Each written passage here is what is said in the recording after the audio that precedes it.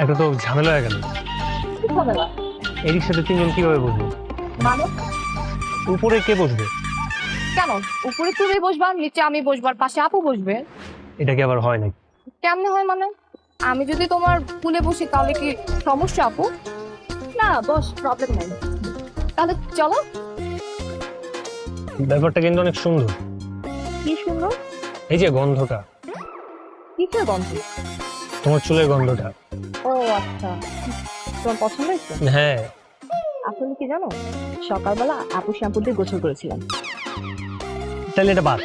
তাহলে তোমার পারফিউমের স্মেলটা। কিন্তু ওইটাও তো আপুর।